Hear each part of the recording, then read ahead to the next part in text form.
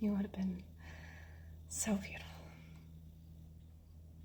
You would have been bright, and your smile would have been full of gaps, and your eyes would have been shining, and we would have been carelessly and guiltlessly spending all of our time bonding, and everything would have been incredibly cliche and basic every day that I spent with you. It wouldn't have been anything remarkable. It wouldn't have been anything inventive. It wouldn't have been anything that was worthy of some sort of significance to give us power or importance, but I think I would have learned the most authentic wisdom if I had had you. And I know that it's just an idea. I know that it's not real. It's just a metaphor, but I want you to forgive me. I want you to forgive me for not being a competent enough woman that I could have had you. I want you to forgive me that I couldn't manage to navigate this loud, confusing, disgruntled world, and that mental illness ended up taking me away from you. I want you to forgive me that I could never find a sense of linear strength, and that I truly did everything that I could to try to find clarity and to try to overcome my illnesses and battles and things that people said and my daily disorders and the deepest, blackest things that kept pulling me in when I was alone. I couldn't live up to society's standards. And every expression that I do to talk about how traumatic it is to not have you isn't taken seriously, because it's become the normal for people to be empty and disoriented and not good enough and nothing and empty and mentally ill and a nobody.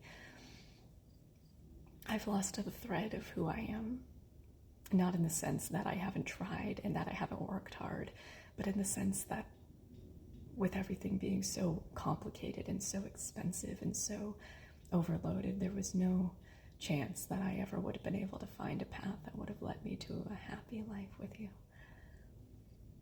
And I can't take myself seriously. That is one thing I'll give this world, and what it says about people like me is that I am a joke.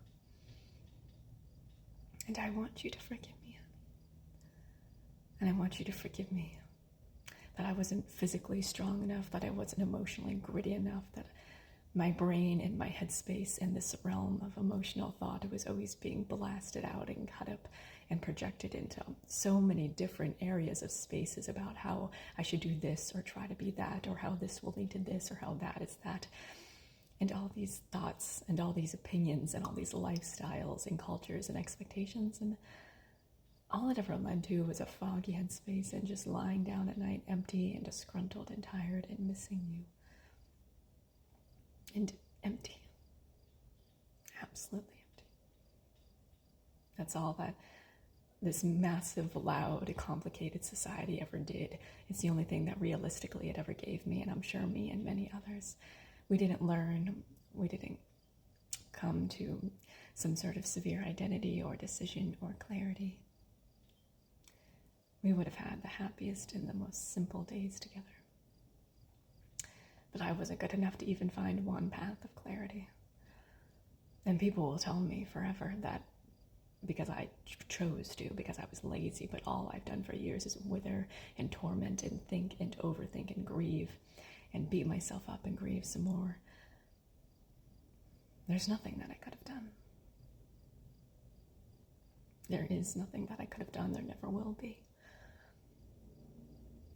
I can only think and dream about the idea of finding a path where emotions and of thoughts and finances all perfectly came together to make me the perfect, well-off, just well enough structured woman to be worthy of somebody's loyalty and companionship and house and respect and cultural relevance.